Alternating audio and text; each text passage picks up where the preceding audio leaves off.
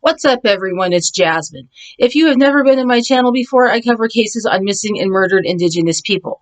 And on today's episode of The Slain Project, we're going to be talking about the case of Shirley Lonethunder. She was 25 years old when she disappeared off of the streets of downtown Saskatoon on Christmas Eve 1991, and she is believed to be a victim of John Martin Crawford, who was a serial killer of Indigenous women. In this video, I'm going to go over Shirley's case, a little bit about John and his other victims. With that being said, let's get right into it. Shirley Lonethunder was born on January 3rd, 1966, to her mother Doris, and she grew up in Saskatoon. Her family was from the White Bear First Nation, about 480 kilometers southeast from Saskatoon. She was the oldest of 5 children, and after most of them grew up, they moved back to the Indian Reserve. Shirley was back and forth from the reserve to Saskatoon, but she eventually made the move back to the city. Her brother Stacy remembers driving Shirley and her belongings from White Bear back to Saskatoon sometime in 1991. By this time, Shirley had 2 children, a young baby boy named Talon and a girl named Doris Delilah. Her sister Lorna said that when Shirley returned to Saskatoon, she had her own apartment on Avenue V near 21st Street. But then she moved in with her mom on 33rd Street. Lorna describes her sister as a good person who was not afraid to speak her mind.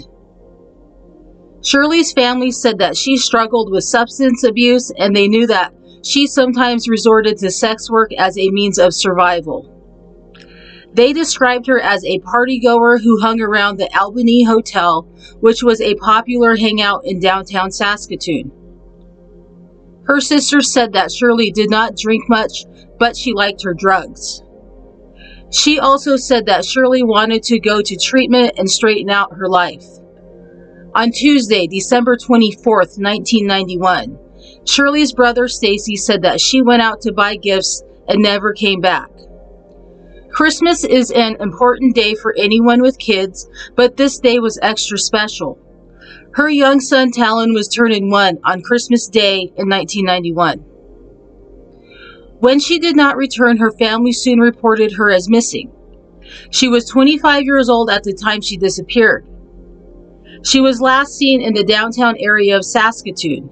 She was wearing a black jacket, blue jeans, and white shoes. She has a tattoo of a heart on her ankle and a 4-centimeter scar on her left cheek. In a CBC article, her brother Stacy said he last spoke to RCMP in 1997 or 1998. He learned that the RCMP had no record of Shirley in the system, even though she had a lengthy arrest record. He also said that he wishes that they took her disappearance more seriously at the time and looked for her sooner. Shirley has been missing for over 30 years and is most likely dead. And many think she is a victim of a Saskatoon serial killer named John Martin Crawford, also known as the Lady Killer. Shirley's uncle had a strange encounter with a medicine man before Crawford's 3 known victims were even found. His premonitions seemed to point in the direction that Shirley was one of his victims. 2 years before the discovery of 3 female bodies near the Moon Lake Golf and Country Club, Shirley's uncle Elmer Lonethunder was at a powwow in Poplar, Montana. Elmer said he was standing around and Shirley was on his mind when a man named Clifford Youngbear, who was a medicine man, grabbed his arm as he was walking by. The medicine man told Elmer that he was watching him and someone in his family was missing. Elmer asked him how he knew, and he told him about Shirley. Clifford told him that he knows things that people normally don't know. The medicine man said he would look into Shirley's disappearance. A few days later, Elmer ran into Clifford again at another powwow. He chatted with him again and gave him Shirley's Cree name, which is Flying Around Woman. About a year passed and Elmer ran into the medicine man the next powwow season. In the spring of 1993 in White Shield, North Dakota, they crossed paths. The medicine man said that he traveled to Saskatoon in spirit form with as many as 8 other spirits on horseback. He then seen Shirley being picked up by two men near a mall or supermarket, and they drove her southwest of Saskatoon. Clifford told Elmer more details, but he did not want to repeat them because he said it was wicked. Clifford then picked up a discarded popcorn box off the ground and drew a map of where he thought Shirley was. He said the area was bushy and between two lakes that were shaped like a C and an E. This geography matches the Moon Lake area. The medicine man said that this area was 7 or 8 miles from Saskatoon and that Shirley was in a hole of some kind and that he called out her name and that whoever was there answered. He also believed that there were more bodies nearby. In October 1994, a hunter was walking through some remote bush and trees south of Moon Lake and near the golf course. He discovered human remains, and a total of 3 bodies would be found at the site. The dump site was the work of John Martin Crawford, and the site was the same area where the medicine man thought Shirley was buried. The medicine man had made this prediction about a year and a half before these bodies were discovered. And he also suggested that more people besides Shirley were buried there. He was proven correct on this. But unfortunately, none of these bodies would be Shirley. They were the bodies of Shelley Napope, Eva Taysup, and Kalinda Waterhen. They all disappeared from Saskatoon in 1992 and about 9 months after Shirley disappeared. All 3 women were nude, beaten, and either strangled and or stabbed. They all hung out in downtown Saskatoon at the Albany Hotel. The hotel had a bar attached to it. This is the spot where all 3 were picked up by John. The hotel was a popular party spot and was known to serve underage people. At the time, the legal drinking age was 18 years old in Saskatchewan. The Albany Hotel has since closed. These 3 victims were unidentified for a short time, so in the meantime, the skulls of the 3 women were sent to Dr. Ernie Walker at the University of Saskatchewan, and 3 composite sketches would be created. It took about 15 weeks for all 3 girls to be identified. John Crawford was a sick man. In 1981, at the age of 19, he murdered a woman named Mary Jane Sirloin, who was 35 years old and lived in Lethbridge, Alberta. Mary was originally from the Piegan First Nation. She did not make it home on December 24, 1981, and her body was found on Christmas Day. She was nude, raped, and there were severe bite marks on both breasts, on her right shoulder, and right cheek. December 24th is also the same date that Shirley disappeared on in 1991. John's dental impressions were matched to the bite marks on Mary Jane, and he was convicted of manslaughter for her murder and received 10 years in prison. Perhaps if he received a harsher sentence, perhaps for murder, he would not have even gone on to murder more women. During his time in prison, he met a young guy named Bill Corrigan. They bonded in prison by exchanging stories of the crimes they committed. They would reconnect after they were both on the outside. Bill tracked John down in Saskatoon. John was living with his mom and would use her car at night to try to pick up women off the street.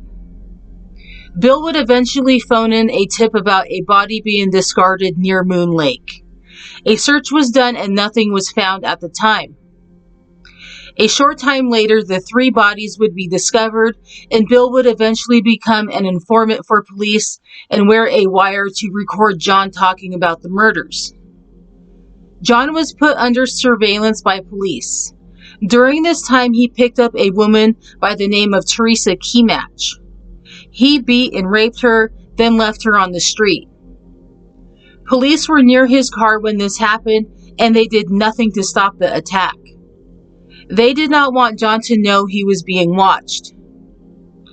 Teresa was eventually arrested, assumingly for prostitution, while John was not arrested. When John was eventually arrested for the 3 murders, he at first denied any involvement, but then confessed and recorded his confession on cassette tape. These recordings would eventually end up being played in court in front of the victims' families. Bill said he was with John when they picked up 16-year-old Shirley Lonethunder from behind the Albany Hotel in the summer of 1992. Shirley was from Duck Lake and had a rough life. She was sexually abused as a child and was placed into foster care. Her traumatic life had caused her to rebel a bit, and she began to sneak out of her house. She would hang out downtown at the arcade and drink at the bar with her friends. When she accepted the ride from John at the Albany Hotel, they recognized each other from around town. Shirley wanted a ride to see some friends, and he took her there. Along the way, they drank some beer. He waited for her to come out of her friend's house, and when she came back, John started driving towards Moon Lake. According to Bill, John told him to get out of the car, and he began to rape Shirley. Bill said he walked a little bit away, and then he saw Shirley emerge from the car. She was screaming and began to run away. John chased her down, beat, strangled, and then stabbed her. She would be identified by dental records. At his appeal hearing in 1999, the police recording was played, and John said that he thought her name was Angie and that he should have kicked her teeth out. His next victim was Eva Taysep, who was 30 years old and from the Yellow Quill Reserve. She lived in Saskatoon with her 4 children, but she became a single mother and the children were sent to live with relatives while Eva figured things out. She lost herself for a bit and began drinking at the bar a lot. She soon grew tired of this lifestyle and called her parents on the Yellow Quill Reserve and said she wanted to straighten up and be with her kids. Her parents would need a few days to coordinate the trip to go pick her up. They arrived 3 days later and Eva was nowhere to be found. They filed a missing persons report right away. It would be discovered that on September 20th, 1992, Eva was at the bar and accepted a ride from John Crawford. He took her to his dump site where he raped, tortured, and strangled her. After she was dead, he attempted to dismember her body, but only sawed off one arm before he quit. Also at his appeal hearing, the recording was played again and he said this of Eva, quote, "I remember thinking, she's only worth $50. I'm not going to jail. She has no right to live." End quote.